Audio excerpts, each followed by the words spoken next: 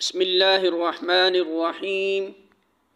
حضرت مغیرہ بن شعبہ رضی اللہ تعالی عنہ سے روایت ہے کہ انہوں نے رسول اللہ صلی اللہ علیہ وسلم کے ساتھ غزوہ تبوک میں شرکت کی۔ مغیرہ رضی اللہ تعالی عنہ نے فرمایا، رسول اللہ صلی اللہ علیہ وسلم فجر سے پہلے بول و براز کے لیے کھلی جگہ تشریف لے گئے۔ میں پانی کا برتن اٹھا کر آپ کے ساتھ گیا، پس جب آپ واپس تشریف لائے تو میں نے برتن سے آپ کے ہاتھوں پر پانی ڈالا تو آپ نے اپنے ہاتھ اور چہرہ دھویا۔ آپ نے اونی جبہ پہن رکھا تھا۔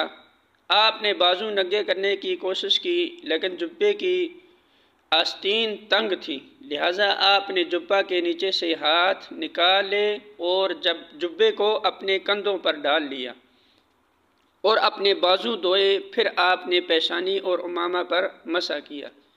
میں آپ کے موزے اتارنے کے لیے جھکا تو آپ نے فرمایا، انہیں چھوڑ دو کیونکہ میں نے انہیں حالت وضو میں پہنا تھا۔ آپ نے ان پر مسح کیا، پھر آپ سواری پر سوار ہوئے اور میں بھی سوار ہوا۔ جب ہم لشکر کے پاس پہنچے تو وہ نماز کھڑی کر چکے تھے اور عبد الرحمن بن عوف رضی اللہ تعالی عنہ انہیں نماز پڑھا رہے تھے اور وہ انہیں ایک رکعت پڑھا چکے تھے۔ چنانچہ جب انہیں نبی صلی اللہ علیہ وسلم کی آمد کا احساس ہوا تو وہ پیچھے ہٹنے لگے۔